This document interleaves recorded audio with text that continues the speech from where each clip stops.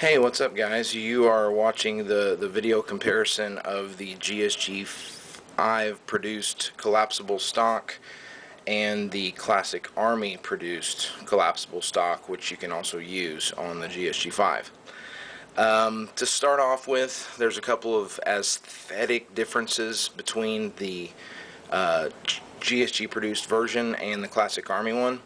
To start off with the rails, on the right rail of the GSG produced version there is a cutout for the ejection port, and if you noticed right next to the Classic Army it's slightly shorter.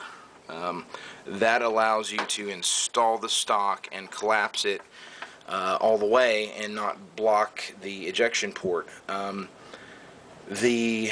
A Classic Army, if you collapse it all the way, I haven't noticed any issues as far as blocking casings in any way, and I don't know too many folks who fire it with it completely collapsed unless you just feel like it, but there's really no drawback there. Another visual difference is the butt plate, or the butt recoil pad. The GSG produced version is flatter, whereas you've got a curve on the Classic Army version, and the GSG version does not have a sling eyelet. So again, that's it's just an aesthetic difference. It doesn't really affect the functionality in any way. I would say the Classic Army version is slightly more comfortable, but that's just personal preference. I'm sorry. Other than that, the units appear to be virtually identical. If you look at them side by side, there is just a note: the sling loop on the Classic Army version comes out very easily, so it's not captured as well as the one on the GSG version. You'd have to really work at it to get that one out. The Classic Army one, if you take the stock off, that sling loop comes off very easily, so just be aware of that. As far as the weight, the Classic Army one is definitely heavier. I would say that is to the fact that the recoil pad is slightly larger and it's slightly wider, and it also appears to be of a heavier plastic than the GSG version. You can see just slightly thicker on the inside. It does appear to be just kind of a higher grade polymer, but I can't speak to the durability of it. It is an airsoft part. You can't drop it. I would assume that it would crack just as easily on each model. So the rails on both are some type of metal. I would say probably aluminum.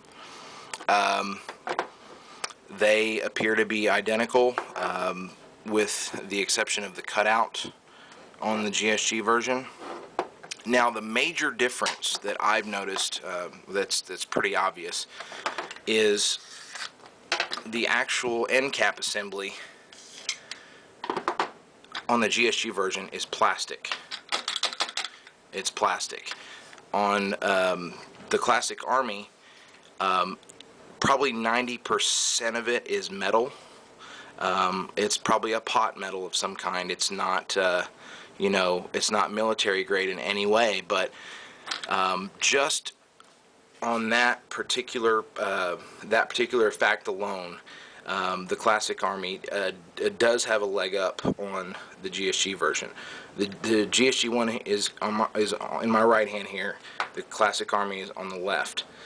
The mechanism on the Classic Army is much more durable. This wheel on the inside that actually engages the cutouts on the rail is metal on the Classic Army. On the GSG-5, it's plastic, and you can see some tiny little plastic shavings in there. It's every time you collapse that stock, you're wearing off a little bit of that plastic. So I would guess with repeated use, the GSG is going to become a little bit more wobbly. Each one of these has an inherent wobble in it.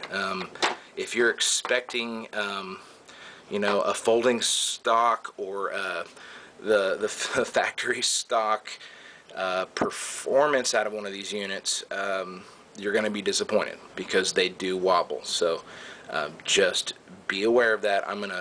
I'll show you here in just a second. Okay, this is the wobble test of the GSG-produced collapsible. Try to hold it a little more still. You can see how it has about, at the end I'd say it has about a 1/4 inch of play. And this is one click in, little to no wobble, and that's completely collapsed.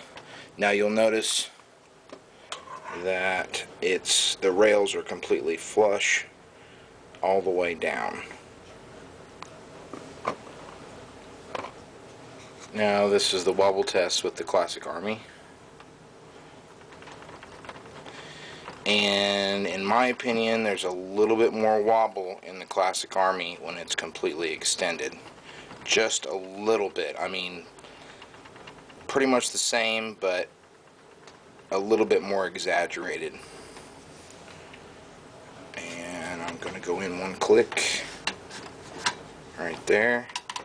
Again, almost no wobble, and completely collapsed. Now this is one drawback that I have noticed on the Classic Army. You see how this right rail is bowed out just a little bit. If you press it in, it will go completely flush, but it's not as flush as the GSG version. So just a note for that. In my opinion, the Classic Army is going to get high marks on construction due to the fact that it's got a heavier polymer in the recoil pad, and that the majority of the end cap is metal. The only drawbacks to the Classic Army are the non-cutout or the non-existent cutout on the right rail to block the ejection port, and the fact that the right rail is not consistently flush all the way down on the receiver when it's completely collapsed. Other than that, both of the units are virtually identical as far as the functionality is concerned. I'm just going to have to say it's pretty much a tie. There's drawbacks to both. There's advantages to both. So take a look at my review. Take that into account. If you have the chance, go to your local retailer and pick one up. Try it out if they'll let you, just to kind of look at it.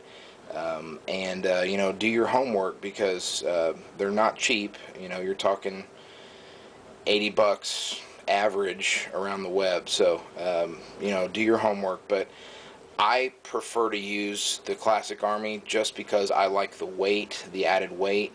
But if I was going to go for looks, I would use the GSG version, due to the fact that it's customized for the gun. So